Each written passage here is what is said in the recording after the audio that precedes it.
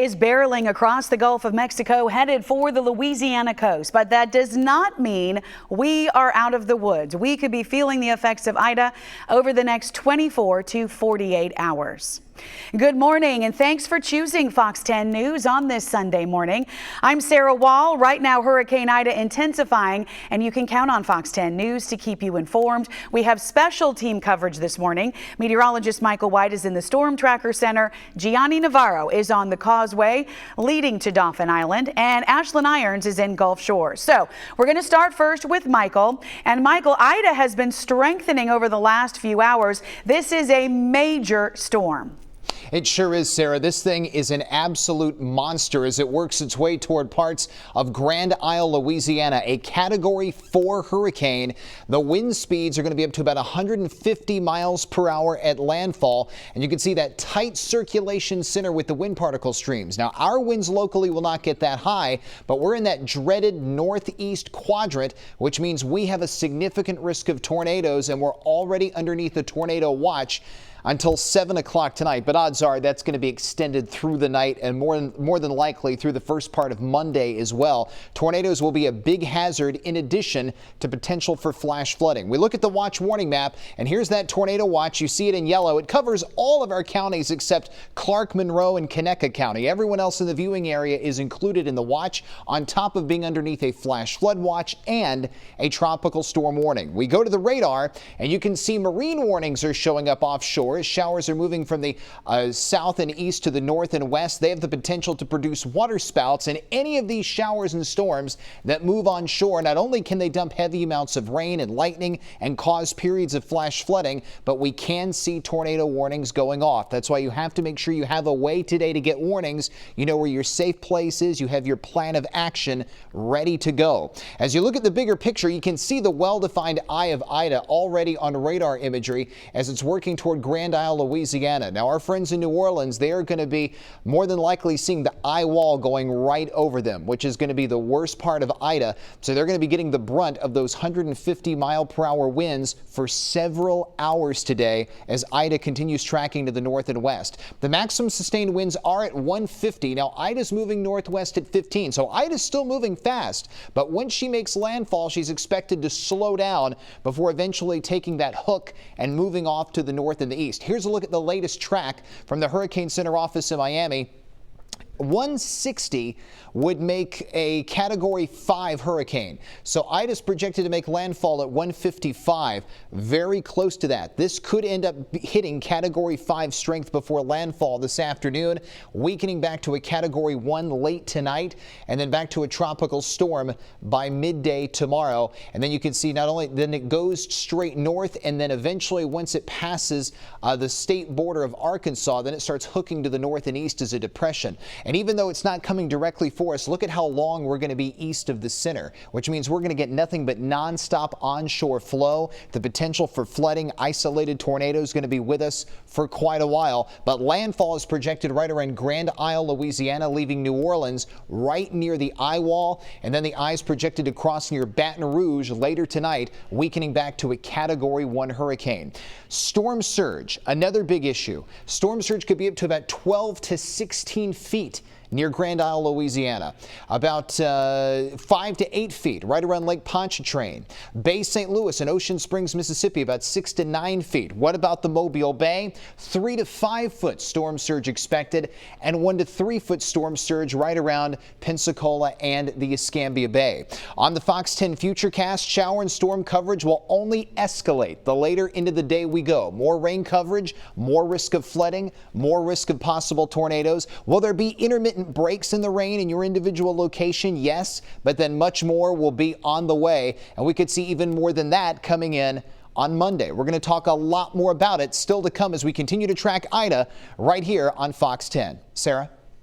All right, Michael, thank you. And we're going to check back in with Michael throughout the morning to make sure you have the very latest information. But we're already seeing some flooding happening on Dauphin Island this morning. Fox 10 News reporter Gianni Navarro was on her way to Dauphin Island, but had to stop along the causeway because of water and debris on the roads. Gianni, good morning. Have you seen a lot of people getting stuck this morning? Good morning, Sarah. I wouldn't say getting stuck per se, not at the moment, but we are seeing a lot of people stopping on the causeway just before they get to the island. Now, we can see someone coming across right now, but these are people who are leaving the island. People who are entering, we've seen a bunch of people turning around after they're seeing the debris on the road. As you can see, we can see a bunch of debris on the road. That water is coming across pretty ferociously across this causeway right now. The water was higher before. It seemed to be receding a little bit right now, but if you can see off in the distance, if I can have my photog, the Dauphin Island Bridge is right there. So we're pretty far away from Dauphin Island at the moment. We don't know the conditions on the island currently, but people are turning around.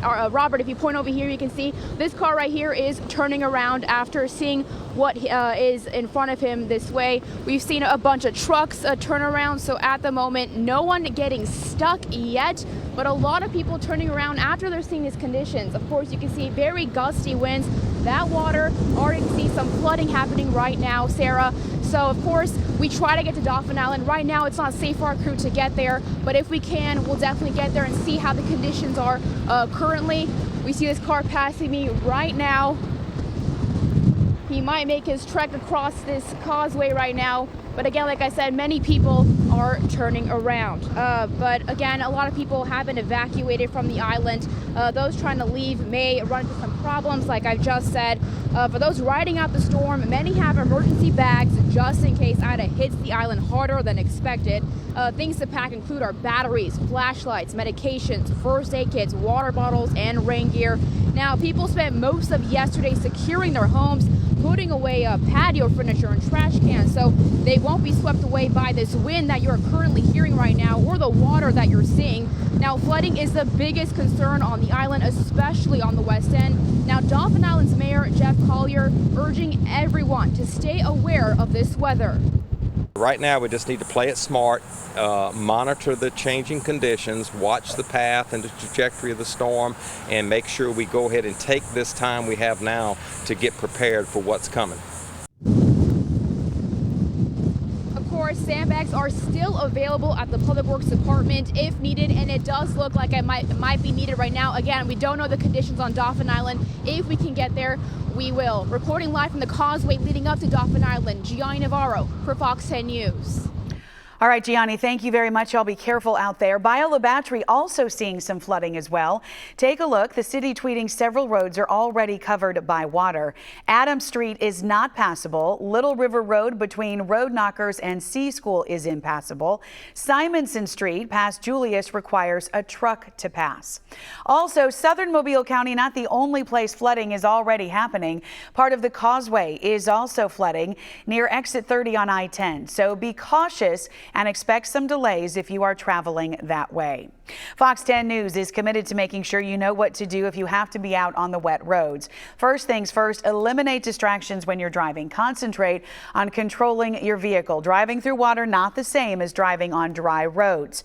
Do not talk or text while driving. Also try to avoid hard braking because it could turn into a skid on the wet pavement. And be sure to avoid turning too sharply. Slow down. Give yourself plenty of time between your car and the one in front of you. And lastly, if you come up on some water over the road and you can't immediately see how deep it is, turn around. You never know. The current of the water could sweep your car away. Happens more often than you may think. So stay safe out there on those roads. Double red flags continue to fly along Baldwin County beaches this morning, and that means the water is closed. Fox 10 News reporter Ashlyn Irons is live in Gulf Shores. Ashlyn, good morning. What kind of surf conditions are you seeing? How rough is it already?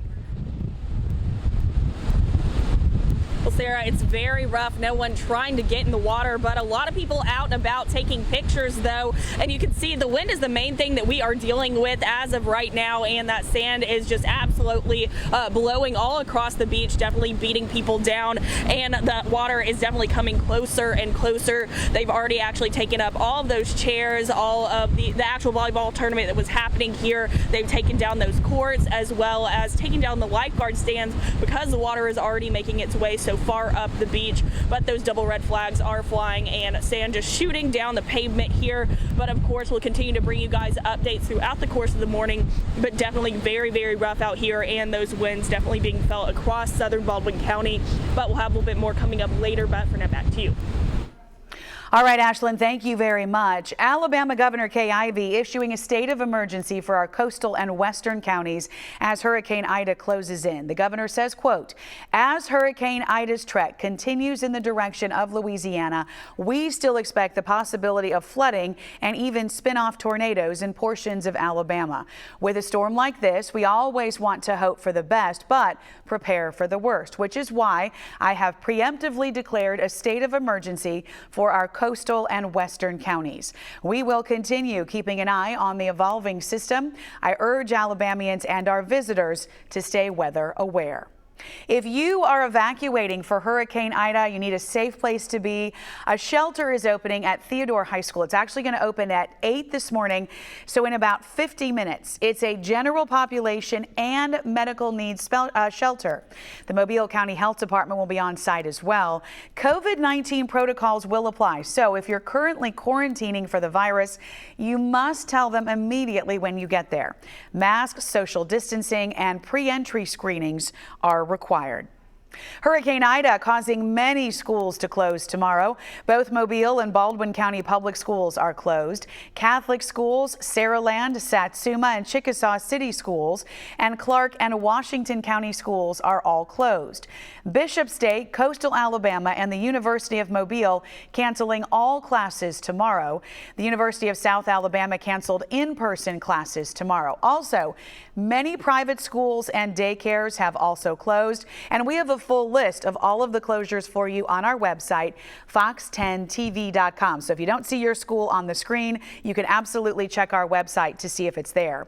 And now would be a good time to download the free Fox 10 News app. That way you can stay on top of all severe weather alerts. Open your phone's camera and point it to the screen to scan the QR code, or you can search for it in your app store.